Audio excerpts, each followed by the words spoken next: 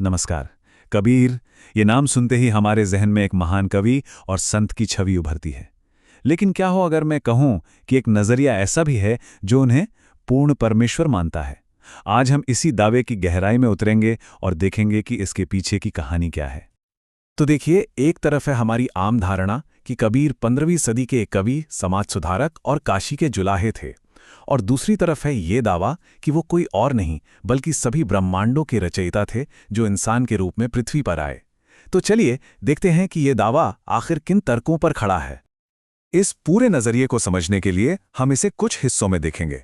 शुरुआत करेंगे उनकी दिव्य पैदाइश की कहानी से, फिर उन पवित्र ग्रंथों के सबूतों पर नजर डालेंगे जिनका जिक्र किया गया है, उनके जीवन के चमत्कारों की बात करेंगे और आखिर में उनके रहस्यमयी ढंग से दुनिया से जाने की कहानी को जानेंगे। तो चलिए शुरू करते हैं उनकी दिव्य अवतरण कथा से। देखिए, इस दावे की पूरी इमारत ही कबीर के जन्म की कहानी पर टिकी है। और स्रोत के मुताबिक ये कोई मामूली जन्म नहीं था, बल्कि ये धरती पर एक अलौकिक आगमन था। कहानी शुरू होती है साल 1398 से। कहा जाता है कि वे काशी के एक तालाब में कमल के फूल पर एक शिशु के रूप में प्रकट हुए। उन्हें नीरू और नीमा नाम के एक निःसंतान जुलाहा दंपत्ति ने पाया। बात यहीं खत्म नहीं होती। उनके नामकरण का किस्सा भी बड़ा अनोखा है। कहते हैं कि जब काजियों ने कुरान खोली तो सारे अक्षर खुद ब खुद बदलकर कबीर शब्द में तब्दील हो गए। और सबसे हैरान करने वाली बात कि जन्म के 25 दिनों तक उस शिशु ने कुछ भी ग्रहण नहीं किया, जब तक कि एक कुंवारी गाय ने चमत्कारिक रूप से उन्हें दूध नहीं पिलाया। और इस कहानी में एक और गहरा पहलू है। स्रोत के मुताबिक उनके पालक माता पिता नीरू और नीमा असल में जुलाहे नहीं थे। वो गौरीशंकर और सरस्वती नाम के ब्राह्मण थे जिन्हें जबरदस्ती मुसलमान बना दिया गया था। मतलब इस नजरिए से देखें तो वे कोई आम लोग नहीं बल्कि इस दिव्य बच्चे की परवरिश के लिए चुनी गई खास आत्माएं थीं।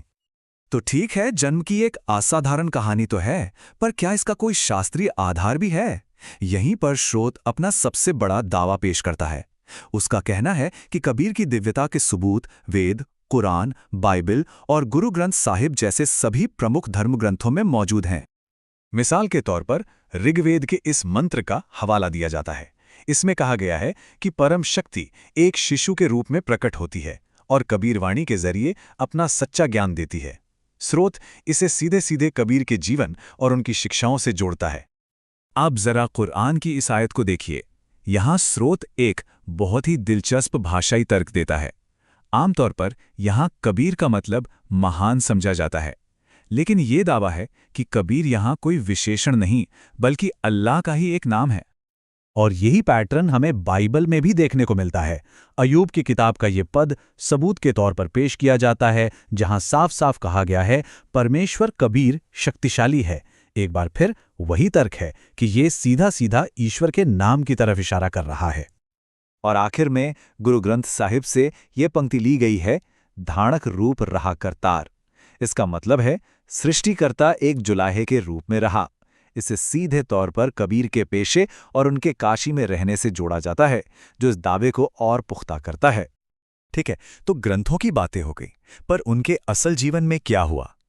स्रोत के अनुसार कबीर का पूरा जीवन ही चमत्कारों से भरा हुआ था।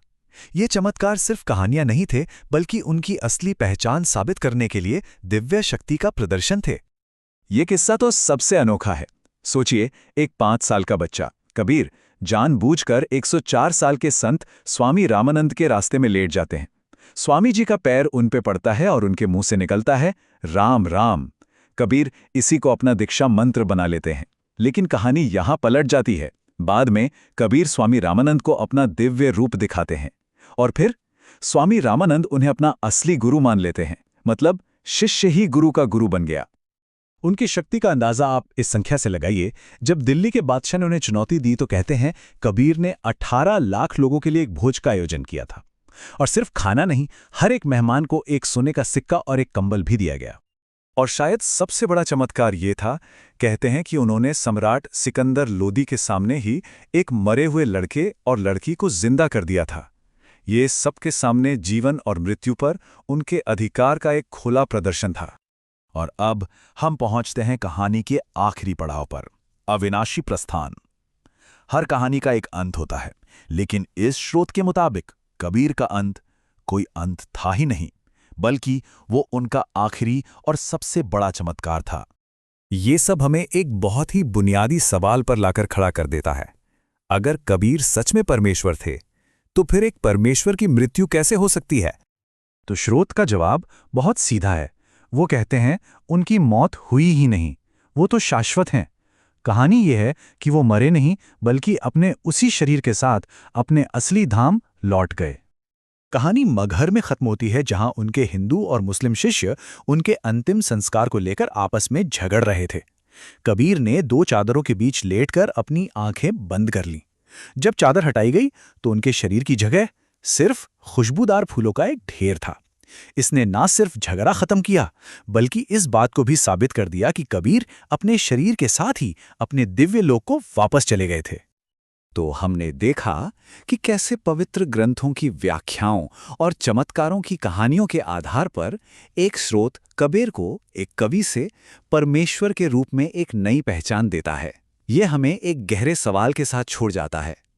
आखिर हम इंसानी इतिहास की महान हस्तियों और पुरानी मान्यताओं को आज के दौर में नए मतलब देने के लिए बार-बार क्यों और कैसे गढ़ते हैं?